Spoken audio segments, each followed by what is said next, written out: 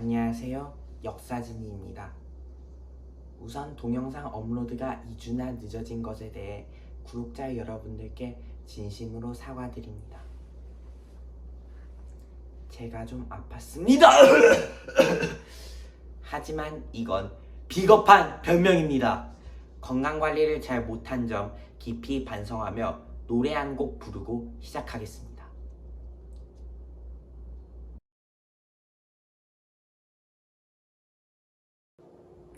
지난 시간까지 2회에 걸쳐 1871년 통일 후 독일 제국의 발전에 대해 알아보았습니다. 그런데 통일부터 발전까지 모든 것을 담당했다 해도 과언이 아닌 철의 재상 비스마르크가 비렐름 2세에게 잘렸습니다.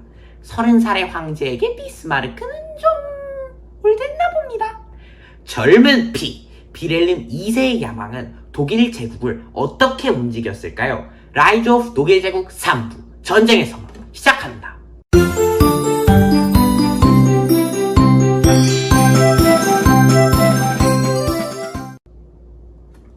이분이 본명 프리드리히 비렐름 빅토어 알베르트, 바로 카이저 수염의 원조 비렐름 2세입니다.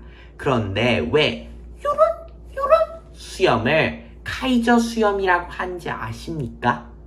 독일의 황제를 카이저라고 불러서 황제 수염, 카이저 수염입니다.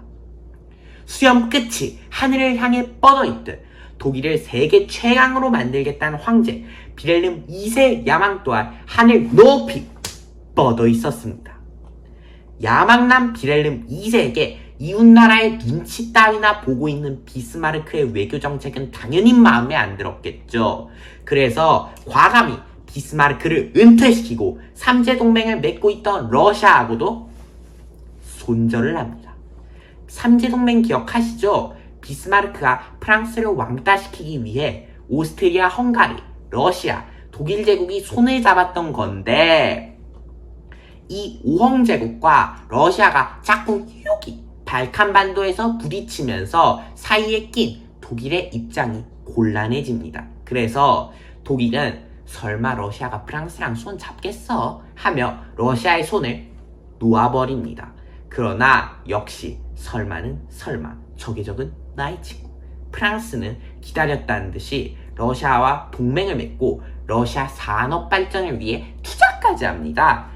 여기서 잠깐 이 발칸반도를 잘 기억해 두시기 바랍니다. 여기 발칸반도에서 누가 자꾸 싸웠다? 러시아 오헝제국입니다. 러시아 오헝. 비스마르크를 자르고 러시아와 손절냈지만 비렐름 2세의 눈에는 아직 세계 최강 독일로 가는 길이 보이지 않았습니다. 당시 세계 최강은 영국이었습니다. 영국이 어디냐? 바로 비렐름 2세의 외가이고 외할머니이신 빅토리아 여왕은 영국의 리즈 시절을 대표하시는 분입니다. 이때 외가를 넘어서고자 하는 비렐름 2세의 눈에 들어온 책이 한 권 있었으니 바로 제권이 역사에 미친 영향입니다. 이 책에는 해군력이 오늘의 영국을 만든 열쇠라고 설명합니다. 세계 최강을 꿈꾸는 비렐름 2세에게는 대치동 1타 강사의 비법서 같은 책이었죠. 비렐름 2세가 어느 정도 이 책에 빠져 있었냐 하면 스스로 이 책을 외우려고 애쓰고 있는 중이다 라고 말했으며, 독일의 미래가 바다에 달렸다고 생각한 비렐름 2세는 함선마다 이 책을 비치해 놓도록 했다고 합니다. 그럼 당시 영국의 해군력은 어느 정도였는지 알아보겠습니다. 영국 해군 전략은 이국 표준주의였다고 합니다. 여기서 이국 표준주의란 세계 1위인 영국의 해군력이 세계 2, 3위의 해군력을 합친 것보다 강해야 한다는 뜻입니다. 한마디로 야, 2, 3위 니들 다 합쳐서 덤벼도 우리 못 따라와. 우리가 바로 세계 최강 대영제국 해군 로열 네이비야. 이렇게 기세등등한 영국이었는데 독일이 치고 나오는 겁니다. 감히 영국의 해군력에 도발을 하다니. 참을 수 없던 영국은 좋아, 그럼 새로운 유형의 전함을 만들어주지. 따라올 테면 따라봐 라며 그 유명한 드레드노트 전함을 만들어버립니다. 이제까지의 전함들은 200에서 300mm짜리 주포를 2, 3문 장착했는데 새롭게 건조된 HMS 드레드노트급 전함은 300mm 이상의 주포가 무려 8문이나 달렸습니다.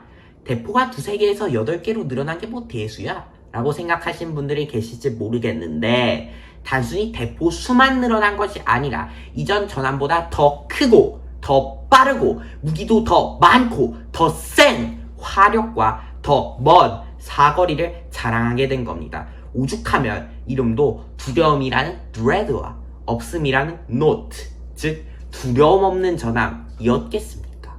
영국이 이런 정신나간 함정을 만들어버리자 다른 강대국들도 너도나도 비슷한 함정들을 만들기 시작했고 이때부터 전함은 드레드노트급 이전과 이후로 나뉘게 됩니다.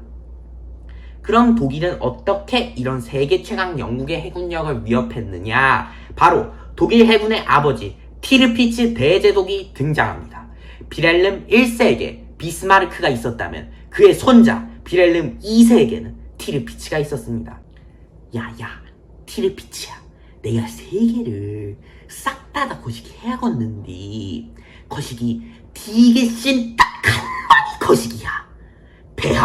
배를 만드시죠. 바다를 싹 다 우리 위대한 독일 제국의 함대로 다 거시기 해보는겨. 그거요 배! 시방 당장 함대 건조법을 만들고 거시기 전함대를 막 찍어내는겨. 눈치 볼 거 없이 내가 싹 다 법으로 다 만들어줄 테니까 티르피츠도 하고 싶은 거 다 야. 야 근데 그 시기 배를 만들려면 돈이 좀... 뭔 소리요? 돈 걱정을 왜 하? 내가 빚을 내서라도 거시기 해볼 테니까 돈 걱정 말고 전함대를 그냥 막 찍어내. 소세지 찍어내듯이 막 찍어내는겨.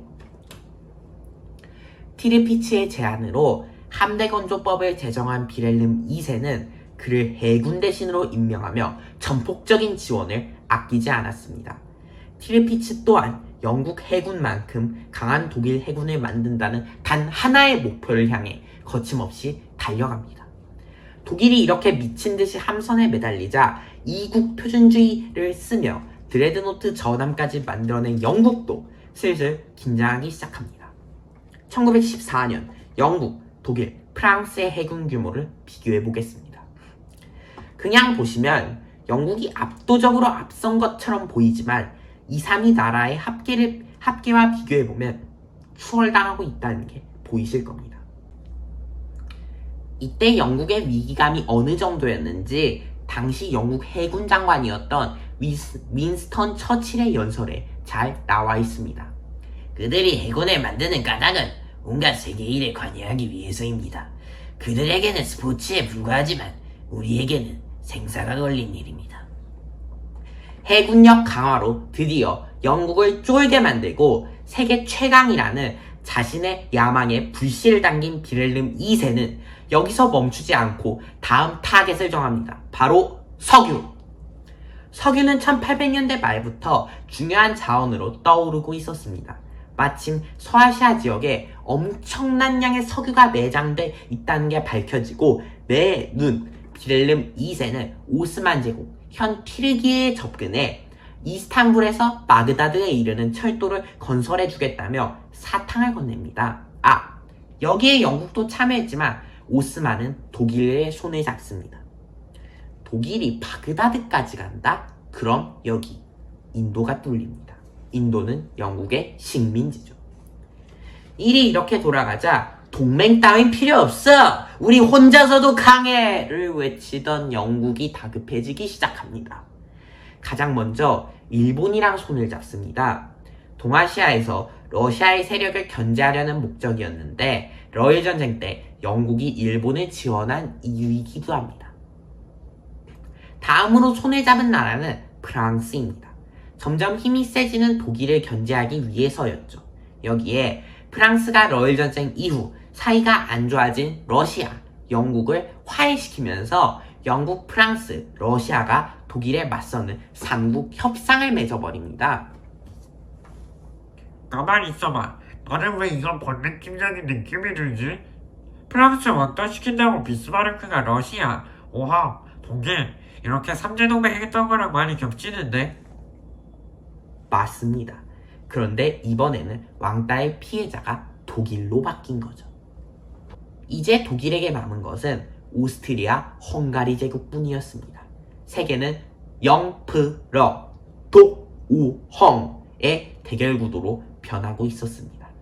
그러던 와중에 1914년 사라예보에서 한 발의 총성이 들립니다.